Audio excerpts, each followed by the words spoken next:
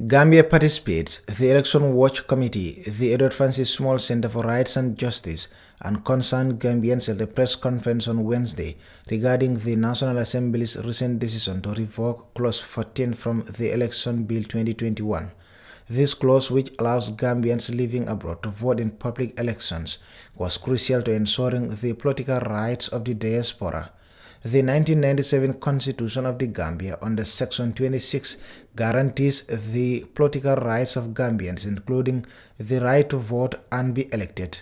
Additionally, Section 11 of the Elections Act mandates that the Independent Electoral Commission register all Gambians, including those abroad, and maintain a voter registry for Gambian citizens living overseas. The Supreme Court, in its 2021 ruling, affirmed that all Gambians, including those in the diaspora, have the constitutional right to be registered and vote in line with the Constitution and the Election Act. Despite these legal provisions, the National Assembly recently voted to delete Clause 14 from the Elections Bill.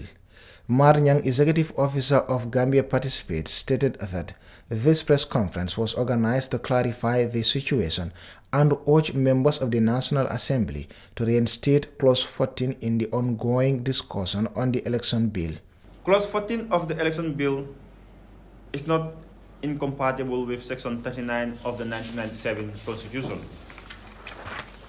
Clause 14.1 of the election bill is consistent with Section 26 and 39 of the 1997 Constitution and the Supreme Court 2021 ruling on Bakari Bunja Dabo versus AG and the Independent Electoral Commission, all of which extend voting rights to every Gambian, every citizen of the Gambia at home and at abroad.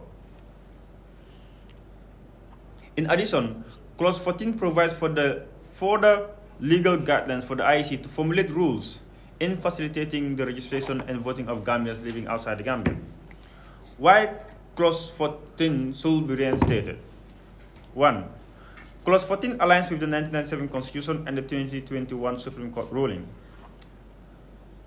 Clause 14 does not contradict Section 39. Rather, it provides legal guidelines for the IEC to register diaspora voters under existing constituencies, ensuring their participation without requiring new ones. 2. Deleting Clause 14 violates constitutional rights. By removing this clause, the National Assembly directly violates Section 39 of the 1997 Constitution, which guarantees voting rights to all citizens of the Gambia that are eligible to vote. The IEC is prevented from fulfilling its constitutional and legal obligations. Gambians abroad who contribute significantly to national development are unjustly disenfranchised. This creates a dangerous precedent where any Gambian who moves abroad automatically loses their voting rights. Nyang emphasized that diaspora voting is both logically and legally feasible, citing international and regional best practices that demonstrate its viability without the need for separate constituencies. Gambians abroad can be registered under their birth constituencies or former places of residence, as permitted by Section 12 of the Elections Act. Deletion of Clause 14 contradicts the principle of democracy and good governance. Excluding diaspora voters undermines democratic participation, human rights principles, and the rule of law as affirmed by the Supreme Court of the Gambia. Our call to action to members of the Parliament. Number 1 is to reintroduce Clause 14 with minor adjustments. Substitute the word shall with may in Clause 14.2 of the Elections Bill. To ensure IEC discretion in consulting with Cabinet and the Inter-Party Committee, which must not be a legal obligation upon the election management body. 2. Maintain presidential election and referenda. Keep within bounds diaspora voting to presidential election and referenda for now. Removing ambiguous wording such as, and I quote, or any other elections as determined by the Constitution or any other law from Clause 14.2. This will at least remove any ambiguity and accommodate diaspora to vote in subsequent presidential elections and referendums until such time when the necessary legal frameworks to facilitate the diaspora to vote in local and constituency elections are established. Uphold constitutional and democratic obligations. We remind National Assembly of their duty under Section 17(1) of the Constitution, which mandates respect for fundamental human rights by all branches of government, including the legislature. 4. Act before the 2026 presidential election. Failure to reinstate Clause 14 with amendment will perpetuate an unconstitutional system that denies Gambians abroad their rights, set a regressive precedent for future electoral laws. The chairperson of Gambia Participates, Saluta, remarked that the removal of Clause 14 represents a step backward for the country, signaling regression in the democratic process. The law has been provided. The legal framework was what is missing. And IEC is legally mandated to do that. And they have not done it to date. So this clause was strengthened and was subject of intense debate and discourse to ensure that it is very clear that IEC have to do it, and was very specific as to what they should do to ensure it happens with clarity. Now, removing that provision means that we are regressing. We are going. The current law itself provides for it. Now you go to National Assembly. Now they are basically going pre-JAMA era, basically. That is how regressive it is to remove that clause. So today, and we've heard the different explanations given as to why it was removed. Let me make it clear. There is no legal obstacle or inconsistency with having Clause 14 in the election bill. Let me make clear.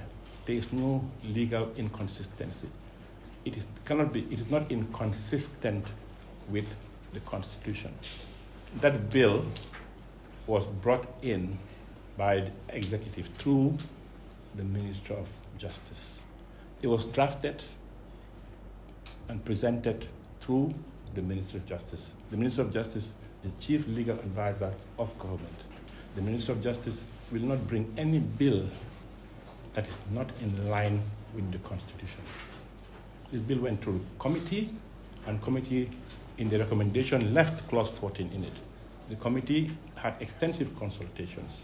If it was not in line with the Constitution, I think it would not be on the floor, or would have been picked up at all those stages. So I think we need to put to rest the notion that having Clause 14 in the bill is inconsistent with the Constitution. To the contrary, deleting Clause 14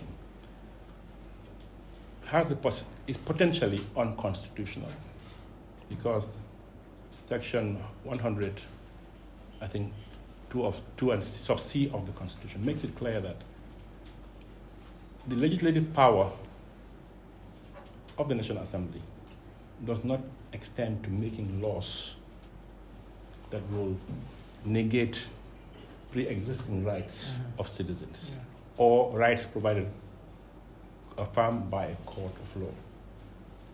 In this case, Section 39 says clearly that all Gambians